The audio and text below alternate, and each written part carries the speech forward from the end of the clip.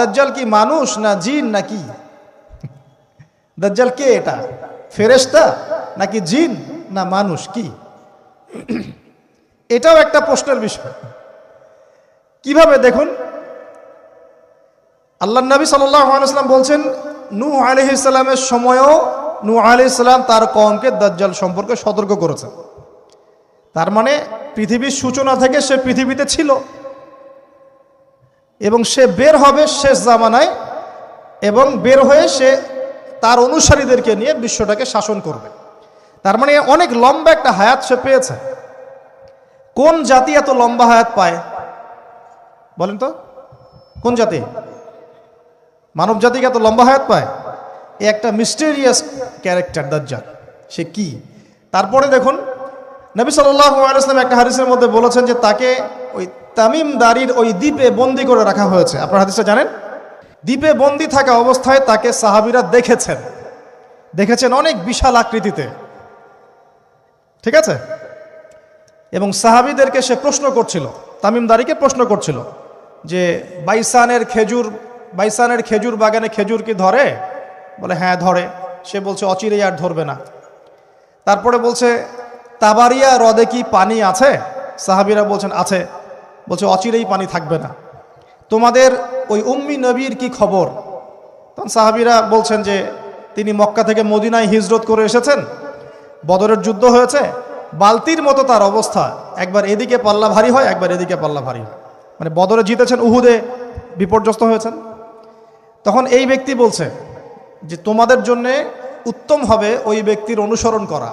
দাজ্জাল এই কথা বলছে, তোমাদের জন্য উত্তম হবে ওই উম্মি নবীর অনুসরণ করা।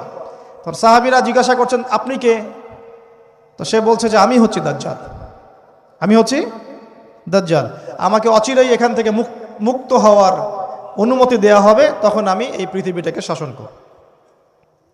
তো এখানে সাহাবীরা দেখে আসছেন, যারা দেখে আসছেন তারা পরে ইসলাম কবুল করেছেন। তখন তারা মুসলিম ছিলেন না, খ্রিস্টান ছিলেন। কথা বুঝতে পারছেন? তাহলে এখানে আমরা তাকে একটা বিশাল দেহি দেখলাম, শিকল দিয়ে বন্দী। আবার নবী সাল্লাল্লাহু আলাইহি ওয়াসাল্লাম একদিন মদিনার মধ্যে উমর রাদিয়াল্লাহু আনহুকে নিয়ে হাঁটছেন, সহিহ মুসলিমে আছে। খবর পাওয়া গেল যে মদিনায় একটা যুবক ছেলে আছে, ইহুদি মায়ের সন্তান একটা যুবক ছেলে, যার চুলগুলা কোকড়ানো, চোখটা একটু ফোলা, যার আলামতগুলো দাজ্জালের সাথে মিলে যাচ্ছে। তখন নবী সাল্লাল্লাহু আলাইহি ওয়াসাল্লাম ওমর ইবনুল খাত্তাবকে নিয়ে ওদের বাসায় গেলেন। দেখলেন খেজুর বাগানে সে বসে আছে, মনোযোগ দিন। এবার নবীজি গিয়ে বললেন যে তুমি কি দেখো? সেই ছেলেটা বলছে আমি আরশ দেখি। আরশ বোঝেন? সিংহাসন। কোথায় তোমার আরশ? সেই ছেলে বলছে পানির উপরে। কোথায়? পানির উপরে। নবীজি বলছেন তুমি তো তাহলে শয়তানকে দেখো। নবীজি বলছেন তুমি কি বিশ্বাস করো যে আমি শেষ নবী? সেই ছেলে বলছে আপনি কি বিশ্বাস করেন যে আমি নবী? কি বুঝতে পারছেন কথা আমার? নবীজি বলছেন তুমি কি বিশ্বাস করো যে আমি শেষ নবী? সেই ছেলে বলছে আপনি কি বিশ্বাস করেন যে আমি নবী? উমর রাদিয়াল্লাহু আনহু তরোয়ালের খাপ খোলা সারা। তিনি বললেন যে ইয়া রাসূলুল্লাহ অনুমতি দেন, এর গর্দানটাকে নামাই দিই, বেয়াদব, আপনার সাথে বেয়াদবি করছে। তখন নবী সাল্লাল্লাহু আলাইহি ওয়াসাল্লাম বললেন দাআহু ইয়া ওমর, তাকে ছেড়ে দাও। যদি সে সত্যিকার অর্থেই দাজ্জাল হয়ে থাকে, তুমি ওমর তাকে হত্যা করতে পারবে না।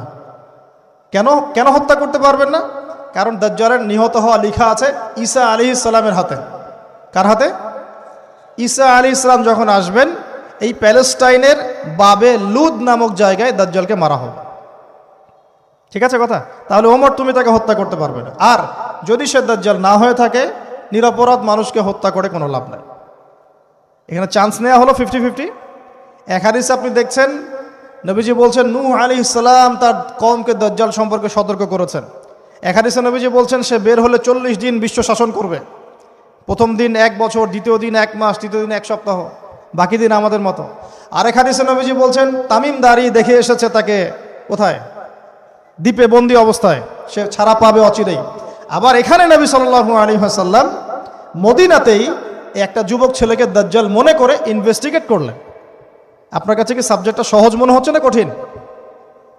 খুব সহজ কি না কঠিন? চিন্তা করতে হবে কি হবে না? এতই জটিল একটা ক্যারেক্টার। শুধু তাই না, নবীজি আরও বলছেন সে যখন বের হবে 4টা জায়গার কথা পাওয়া যাচ্ছে হাদিসে, 4টা জায়গা কোত্থেকে বের হবে। এখানে কিন্তু নবীজি মদিনাতে তাকে খুঁজলেন, ইনভেস্টিগেট করলেন। আবার আরেকটা হাদিসে নবীজি বলেছেন সে যখন বের হবে শেষ জামানায় তখন মক্কায় ঢুকতে পারবে না, মদিনায় ঢুকতে পারবে না। আপনারা হাদিসটা জানেন না? আলেমরা তো জানেন। মক্কাতেও ঢুকতে পারবে না, মদিনাতেও ঢুকতে পারবে না। খোলা তরোয়াল নিয়ে ফেরেশতারা দাঁড়িয়ে থাকবেন। আবার সেই নবী মুহাম্মদ সাল্লাল্লাহু আলাইহি ওয়াসাল্লাম মদিনাতে এই ছেলেটাকে দাজ্জাল ভাবছেন, ইনভেস্টিগেট করছেন। তার মানে তারা সতর্ক ছিলেন। এই ছেলের নাম ছিল ইবনে সাইয়্যিদ। কি নাম? ইবনে সাইয়্যিদ, নাম মনে রাখবেন। এও একটা বিস্ময়কর ক্যারেক্টার। আবার সেই নবী সাল্লাল্লাহু আলাইহি ওয়াসাল্লাম বলেছেন শেষ জামানাতে দাজ্জাল বের হবে খোরাসান থেকে। কোন জায়গা? খোরাসান। খোরাসান বলতে কোন জায়গা? এটা মূলত এর হার্ট হচ্ছে আফগানিস্তান, এর পাশে যে বেলুচিস্তান, এই যে উজবেকিস্তান, ইরানের কিছু অংশ, এই পুরো জায়গাটা, শুধু একটা দেশ না, পুরো জায়গাটা এর হার্ট হচ্ছে আফগানিস্তান। খোরাসান থেকে বের হবে। আরেক হাদিসে নবীজি বলছেন সে ইস্পাহান থেকে বের হবে। কোন জায়গা? ইস্পাহান। এখন ইরানে ভৌগোলিক বিষয়ে যখন তখন চেঞ্জ হয়ে যায়, হয় কি না? আগে কি ইরাক ইরান এরকম পার্ট ছিল? আগে কি এভাবে এই 52টা দেশের ভাগ ছিল? লেবানন, জর্ডান, সৌদি আরব, ইরাক ইরান এরকম ভাগ ছিল না? এক অঞ্চল ছিল শাম, একটা হেজাজ, একটা নাজদ, এরকম আর কি ভাগ ছিল। তো এটা চেঞ্জ হয়। তো ওই হাদিসে আসছে ইস্পাহান থেকে একটাতে, আরেকটাতে আসছে ইরাক এবং শাম। ইরাক এবং শাম। শাম বলতে বোঝাচ্ছি এই পুরো প্যালেস্টাইন, লেবানন, জর্ডান, পুরো অঞ্চলটাই শাম। আর ইরাক তো আপনারা জানেন। ইরাক এবং শামের মাঝখানের একটা রাস্তা থেকে বের হবে। 3টা জায়গা। আরেকটা 4 নাম্বার খাল্লা নামে একটা জায়গা থেকে সে বের হবে। আর এই খাল্লা আপনি গুগলে সার্চ দিয়ে পাবেন না। গুগলের সাথেও দাজ্জালের অনুসারীদের একটা সম্পর্ক আছে, আপনার ফেসবুকের সাথেও আছে, প্রযুক্তিগুলোর সাথেও আছে, নিউক্লিয়ার ওয়েপন্সের সাথেও আছে, বর্তমান ব্যাংকিং সিস্টেমের সাথেও আছে, এবং বর্তমান গ্লোবাল পলিটিক্যাল অ্যাফেয়ার্সের সাথেও দাজ্জালের অনুসারীদের সরাসরি সম্পৃক্ততা আছে। আমি বলি নাই দাজ্জালের সম্পৃক্ততা আছে, দাজ্জালের অনুসারীদের সরাসরি সম্পৃক্ততা আছে। ওই যে 4টা জায়গার কথা বললাম, সে বের হবে ইত্যাদি ইত্যাদি। এবার সে মানুষের রূপ ধরে আমাদের সমাজে প্রবেশ করবে এবং তার অনুসারীদেরকে নিয়ে ম্যাসাকার করা শুরু করবে। কিন্তু মুসলিমদের মধ্যে একটা বাহিনী শেষ পর্যন্ত তার সাথে যুদ্ধ করতে থাকবে, শেষ পর্যন্ত। লা তুকাতিলুনাল ইয়াহুদ। এমনকি গাছের পিছনে ওরা লুকালেও আল্লাহ নবী বলছেন যে গাছ পাথর কথা বলবে আমার পিছনে আছে, এসো মেরে যাও। হতে হতে হতে হতে যখন মুসলিমরা একটু কোণঠাসা, আল্লাহ পাক পাঠাবেন আসমান থেকে ওই মাসিহকে, যে মাসিহকে তারা চিনতে পারে নাই। আর ওরা যাকে মাসিহ মনে করছে, তাহলে এই মাসিহটা কে? এ মিথ্যা মাসিহুদ দাজ্জাল। কথা বুঝতে পারছেন? তাহলে সবচেয়ে বড় প্রতারণার শিকার কারা হচ্ছে? এই ইহুদিরাই। এই বিশ্বের সবচেয়ে বড় প্রতারণার শিকার তারাই হচ্ছে। মাসিহুদ দাজ্জাল ওদেরকেই প্রতারণা করছে। বুঝতে পারেননি কথা? ওদের সাথেই সবচেয়ে বড় প্রতারণা হচ্ছে। ওরা মনে করছে এই সত্যিকারের মাসিহ, সে আসলে আমরা বিশ্ব রুল করব। সে সত্যিকারের মাসিহ নয়। ঈসা ইবনে মারিয়াম আসবেন কিভাবে সেটাও এসেছে। 2 জন ফেরেশতার কাঁধে ভর দিয়ে তিনি নামবেন শাম অর্থাৎ সিরিয়ার দামেস্ক শহরের মধ্যে। কোন শহর? দামেস্ক। এই জায়গাগুলো খুব বরকতময়। আল্লাহ নবী দোয়া করেছেন, আল্লাহ শামে বরকত দাও, আল্লাহ ইয়েমেনে বরকত দাও, আল্লাহ শামে বরকত দাও, আল্লাহ ইয়েমেনে বরকত দাও। আর মুসলমানরা বলছিল আল্লাহ রসুল আমাদের নাজদেও বরকত দিতে বলেন, আমাদের নাজদেও বরকত দিতে বলেন। আল্লাহ নবী বলছেন যে নাজদে বরকত না, বরং ওখান থেকে ভূমিকম্প বের হবে, ওখান থেকে শয়তানের শিং বের হবে। চিন্তা করে, ওই যে বললাম নাজদিরা তুর্কিদের বিরুদ্ধে যুদ্ধ করেছিল, অটোম্যান এম্পায়ারের বিরুদ্ধে যুদ্ধ করেছে ব্রিটেনের সাথে হাত মিলিয়ে। ওরাই এখন সারা বিশ্ব, বাংলাদেশে এদের লেসপেন্সার আছে বহুত, বাংলাদেশে এদের বহুত লেসপেন্সার আছে। তারা বলে ওই যে দেখবেন যে যখনই আমরা এগুলো নিয়ে আপনাদেরকে সচেতন করতে চাই, বলে এরা তো খারাজি হয়ে গেছে, উগ্র হয়ে গেছে, এই হয়ে গেছে, সেই হয়ে গেছে। এভাবে করে গভর্নমেন্ট প্রশাসন সবার কাছে আমাদেরকে বিতর্কিত করার চেষ্টা করে। অথচ আমরা কি কারো শত্রু? আমরা কি এই আলোচনাগুলো করে ওয়ার্ল্ডের প্রেক্ষাপট বদলাতে পারবো?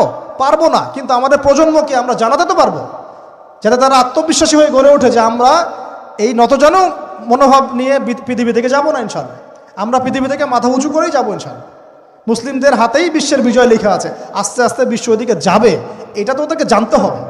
আমরা তো ওদেরকে জানাচ্ছি মাত্র। তো নাশ থেকে বের হবে শয়তানের শিং, এটা বলা হয়েছে। যাই হোক, এখন ঈসা ইবনে মারইয়াম আসবেন এই সিরিয়ার দামেস্ক, চুল দিয়ে টপ টপ করে পানি পড়তে থাকবে, মুক্তা ঝরছে এরকম পানি। তার নিঃশ্বাস যতদূর পর্যন্ত যাবে ততদূর পর্যন্ত কাফেররা মরতে থাকবে। সুবহানাল্লাহ। এমনকি তিনি খুঁজতে খুঁজতে দাজ্জাল পর্যন্ত আসবেন।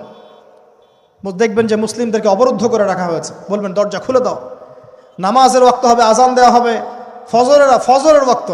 ভাই, আমরা যদি ফজর মিস করি আমরা আসলে ওই বাহিনীতে যোগ দিতে পারবো না, বেঁচে থাকলেও জানি না আমরা অত বছর থাকবো কিনা পৃথিবীতে, আল্লাহই ভালো জানেন, এটা আমরা জানি না। কিন্তু এই বিজয় সুবহে সাদিকের সময় লেখা আছে। আজান হয়ে যাবে, ইমামুল মাহদি তাকে বলবেন ইমামতি করুন আপনি। ঈসা ইবনে মারইয়াম বলবেন না, এই উম্মতের জন্য ইমামতির অধিকার দেয়া হয়েছে। বলেন সুবহানাল্লাহ। তিনি ইমামতি করবেন না, বরং মুক্তাদি হবেন। দরজা খুলে দাও, নামাজ শেষে দরজা খুলে দেওয়া হবে। দাজ্জালকে খুঁজতে খুঁজতে খুঁজতে এই প্যালেস্টাইন, এই জেরুজালেমের বাবে লুদ নামক জায়গায় তিনি পৌঁছাবেন। সেখানে দেখবেন মাসিহুদ দাজ্জাল আছে। দাজ্জাল তাকে দেখার সাথে সাথেই লবণের মতো গলতে শুরু করবেন। সেখানে তিনি তাকে হত্যা করবেন। একজন একজন করে এই সন্ত্রাসী যারা এখন এই নিরীহ মানুষদেরকে হত্যা করছে, এদেরকে হত্যা করা হবে একজন একজন করে, একজনকে ছাড়া হবে না। আমি জন্য বলছি, মন থেকে বলছি, এই যে এক একটা আমাদের বাচ্চা, আমার এক একটা বাচ্চার রক্তের প্রতিশোধ নেওয়া হবে ইনশাআল্লাহ। আমাদের এক একটা বোনের ইজ্জতের প্রতিশোধ নেওয়া হবে ইনশাআল্লাহ। এক একজন ভাইকে যে বুলেট ছোড়া হয়েছে এর প্রতিশোধ নেওয়া হবেই হবে ইনশাআল্লাহ। কে নিবেন? ওই যে বললাম, আপনি পারছেন না, আপনি হয়তো বলছেন, দোয়া করছেন, এতটুকু পর্যন্তই।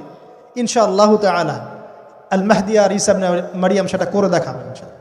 তারপরে সেখান থেকে তিনি ইসলামী খেলাফা রিস্টোর করবেন। 40 বছর তিনি পুরো বিশ্বকে শাসন করবেন। কত বছর? তখন অবস্থা এত সুখ সমৃদ্ধির হবে, একটা ডালিমের খোসার নিচে একটা পরিবার আশ্রয় নিতে পারবে। একটা ডালিম দেখেছেন কতটুকু? এটা বড় হবে, বড়, এর নিচে আপনি ঢুকতে পারবেন, এত বড় ফল হবে। উর্বর হবে মাটি, সবুজ শ্যামল, বৃষ্টিপাত বেশি হবে, এগুলো হতে থাকবে। এর মাঝখানে আবার ইয়াজুজ মাজুজ বের হবে। ইয়াজুজ মাজুজ বের হওয়ার পরে পৃথিবী ম্যাসাকার করবে। তারা এমনভাবে পৃথিবীতে ম্যাসাকার করবে যে ঈসা আলাইহিস সালাম এবং তার অনুসারীরা তুর পাহাড়ে গিয়ে লুকাবেন, আত্মগোপন করবেন, এবং তাবারিয়া হ্রদের পানি তারা খেয়ে ফেলবে। পরের দল এসে বলবে কোনো এক সময় মনে হয় এখানে পানি ছিল, মানে পানি সব খেয়ে সাবার করে ফেলবে। আপনারা বুঝতে পারছেন? ঈসা আলাইহিস সালাম দোয়া করবেন, আল্লাহ এই আযাব থেকে আমাদেরকে তুমি বাঁচাও।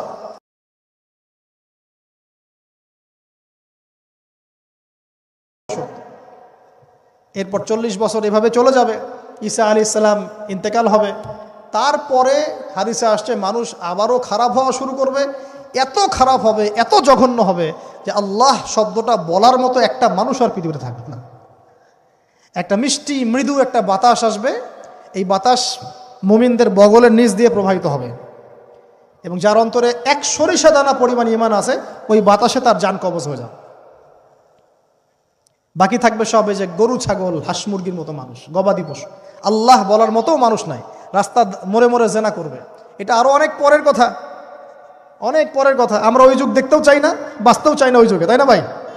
আল্লাহ পাক বলছেন এরপরে, আল্লাহ রাসূল সাল্লাল্লাহু আলাইহি ওয়াসাল্লাম বলছেন এরপরে একদিন সকালে হঠাৎ করে দেখবে কেনা বেচা করতে করতে, কথা বলতে বলতে, পানি পান করতে করতে, খাবার খেতে খেতে এই যে পশ্চিম দিক থেকে সূর্য উঠে গেছে। তার মানে কি? ওই দিন কিয়ামত হয়ে যাবে, এবং এটা এত ফাস্ট হবে, এত দ্রুত হবে। আল্লাহ রাসূল সাল্লাল্লাহু আলাইহি ওয়াসাল্লাম বলেছেন যে কেউ বাসায় ফিরে যাবে, আহাল পরিবারের সাথে একটা দেখা করবে, এই সুযোগ পাবে না। একদম ইনস্ট্যান্ট ডেট ছাড়। একটা বজ্রনীনাদ, প্রচণ্ড মানে শব্দ, এটাতে বিকট একটা শব্দে পুরো মহাবিশ্ব তোলপাড় সৃষ্টি হয়ে যাবে, একদম শেষ। এই হলো সিঙ্গার প্রথম ফুক, শেষ, সব ডেট।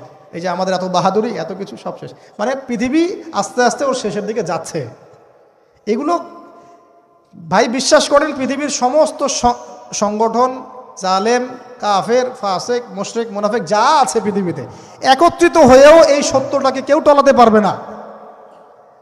আমরা সারা মুসলমানরা মিলেও যদি এই সত্যটাকে টলাতে চাই, পারবো না।